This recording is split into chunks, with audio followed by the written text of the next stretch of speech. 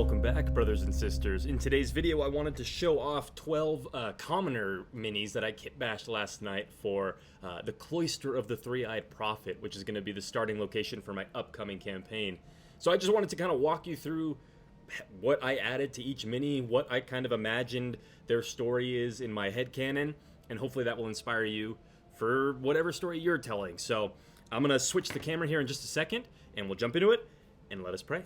We'll start off with the leader of the cloister, who is this priestly figure. I clipped off their hand and added, this is like a weird little hand grenade from an Age of Sigmar orc little bit, and then I cut off the top of his head and glued on this little spire bit, which was from Knucklebone Minis. I don't know what that little thing is in there. I gotta get that out of there.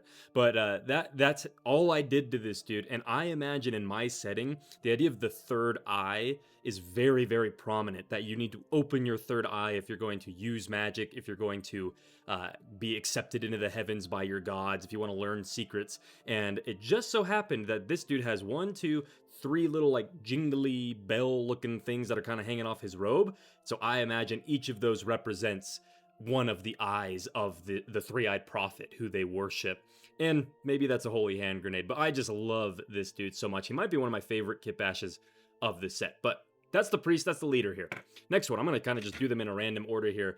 Oh, of course I pull this dude. I don't really have a story for this guy. He is just a commoner who, actually that's not true. I do have one little bit for him. You might be able to see it here. Let me if I get a little closer here.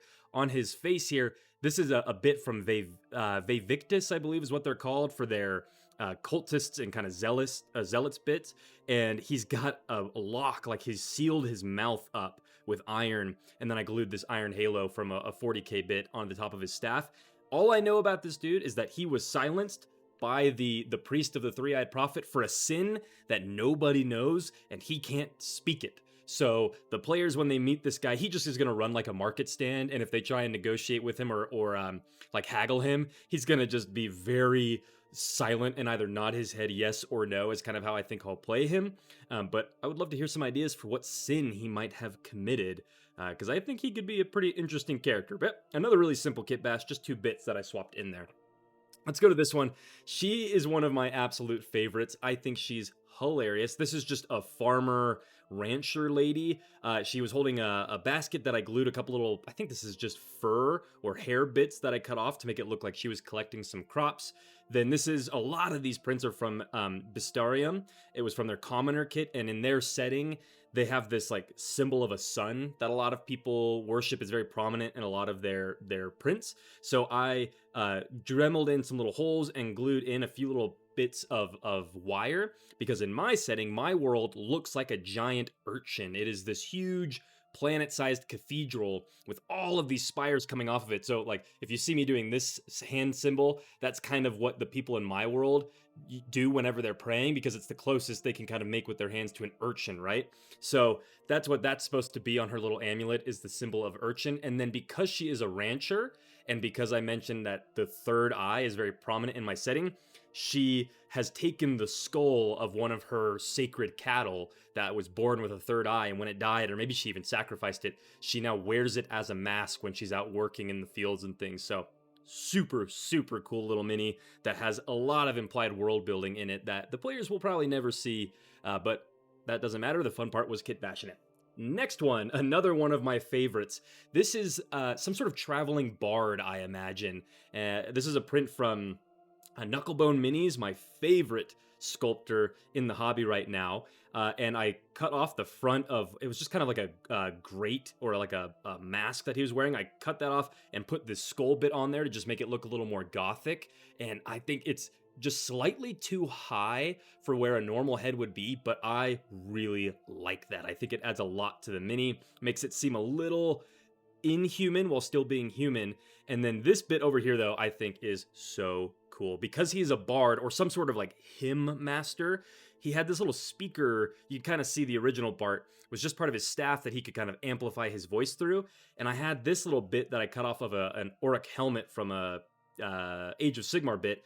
and I glued it on here because that kind of looks like a musical note, right? Like a treble. I actually don't know what it's called. Maybe a treble clef. I have no idea. But just that classic musical note symbol is really, really fun. And it also can kind of act as a weapon. You know, he can smack that into people's heads. And then down here, this was from another Auric. I don't know why I had so many Auric bits that I was working with. But it was like a little drummer dude. So I cut off the end of his drumstick and put on this sort of lantern or maybe an incense burner type thing that he can wave around as he's conducting hymns and things like that. But this sculpt is awesome. I think his voice and all of his hymns come up through these pipes like they're an organ that is built into his body, and all of the contraptions are down hidden under his robe, so the players can kind of hear maybe a bunch of clicking sounds whenever they're speaking to him of different keys being played of the organ. And maybe even when he speaks, he doesn't speak through this skull or the mask or whatever. All of his words come up through the pipe, so they're all distorted and kind of have this reverberating sound to them. Another great one. Love this dude. This guy, I think he's just some sort of Inquisitor dude. So mostly actually all GW bits here. This cool Sigmar Knight shoulder bit that I threw on his side. Some sort of like, I think this was like a mage type character. Put that head on there, and then a little antenna. Because in my setting, technology and science and magic and divine prayer, they're all basically the exact same thing. It's just up to your character how they interpret it. But so every character is mostly fantasy or medieval looking with little bits of sci-fi sprinkled in there. So this is a little antenna because he's an Inquisitor. I imagine that's what allows him to commune with the church, to commune with the gods and get his orders. And just a fun guy who I don't have big plans for him in the campaign yet. He's kind of just hanging out in the settlement when the players get there. Or is he? Who knows? He's an Inquisitor. Maybe he does have huge schemes that the players can uncover. But then I dremeled in some more holes and added a bunch more little bits of iron, just like with the rancher lady, to symbolize the urchin. So I'm going to keep doing that on tons of my minis in the future. Just anytime I can add a bunch of Dremel holes and throw a bunch of little bits of spiky wire in there, I'm going to be doing it.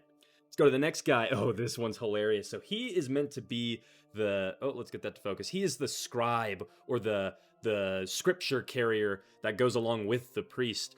All I did here was add purity seal, two purity seals from a 40k kit, one on the page that he's kind of opened up to, and then this one just looks like it's, you know, a bookmark on a second page. And this was a bit that I just found in my bits box that had broken off. The top of the purity seal had, just because it's plastic, it snapped off, and it worked perfectly to just slip right into there between the pages. Then he's got this big, long parchment hanging off the back of his head that's got this bolt into it. And you can see he's got a little bit of a helmet on here that I carved in a third eye symbol. And then he's got this feather bit that just, or a plume off the top of his helmet that could just be decorative, but in my headcanon, this is actually the ink quilled pen that the priest, whenever he needs to write, he pulls it out of this dude's skull and writes with maybe blood or cerebral fluid, right, into his prayer book or his holy scriptures and texts.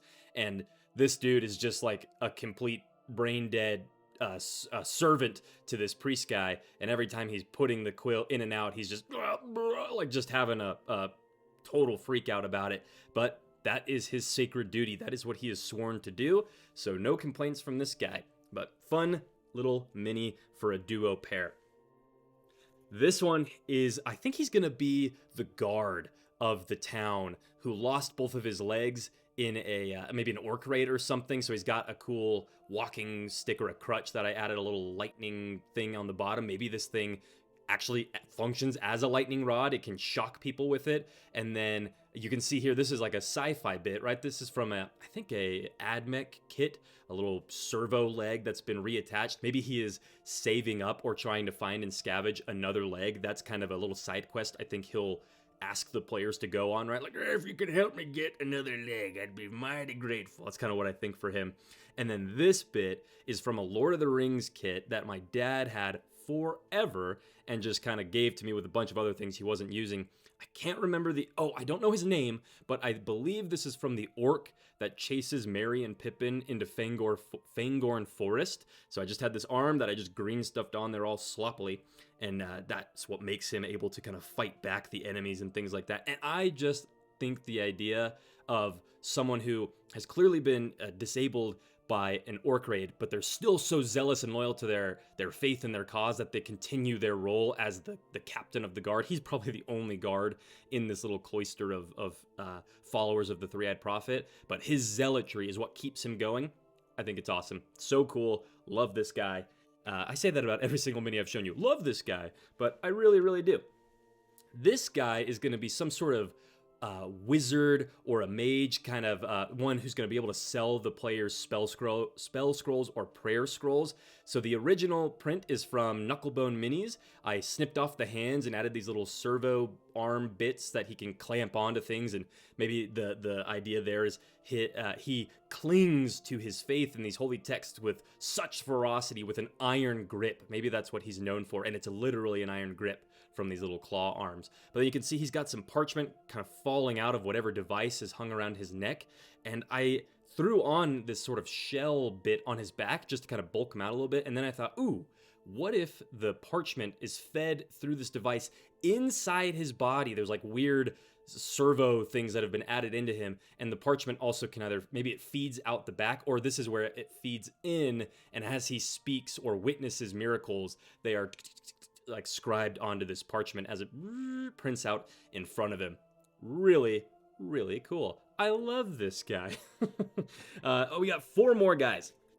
This one here is just kind of I don't honestly have a huge story for them. I think they're gonna run the inn. Kind of looks like the Statue of Liberty now that I'm looking at it with this spiked crown. That's meant to symbolize the urchin. And then I snipped off what was at the end of their staff and added a little lantern with this candle at the end. So maybe they're like the candle lighter. They make their way through the dungeon, lighting all of the torches and things to keep the cloister illuminated in the depths of the ark. But yeah, nothing crazy with them. I love the big hood on the back though. That was a great sculpt from Knucklebones, and how weird that face is. Like, looks like just a zealous freak, which is what most of the people in my setting are. Love this guy. I want to save these, one of these two I want to save for the very end. I'll show you this one here. This is just a straight up commoner, someone who you might encounter at the market or at the farm, and I added these little feathery bits and a skull of some sort of bird demon thing that they've collected, and my idea, since they were praying, is maybe this person believes that if they collect enough feathers and totems of devils that have been slain that could fly or something like that, or maybe these are angel feathers that they found, they believe that if they get enough of those, they can fly themselves up to the heavens and be rejoined with their gods, as opposed to needing to wait to be slaughtered by an orc or something and die and hope that they're accepted in the heavens. They're gonna go there themselves. That's my idea with this person. Oh man, I don't know which of these two is my favorite. Let's go with this guy. I think he's fun. This is gonna be the farmer, one of the main dudes who is in charge of agriculture and preserving the sacred herbs and plants that are aboard the ark and in this community. That he kind of is responsible for keeping everybody fed. So you can see, obviously, he's got the urchin aesthetic going on with his farmer's hat. He's got some sort of little techno shovel. I don't know what this clamp thing does, but it just looked cool. It makes it look like this thing has extra power behind it. It has some sort of ancient, forgotten technologies. Maybe he doesn't even know what it does. Maybe he just knows he has a shovel and that's all it does, but a wizard character or someone who has studied the ancient technology of the ark can help him figure out, what is this thing meant to do?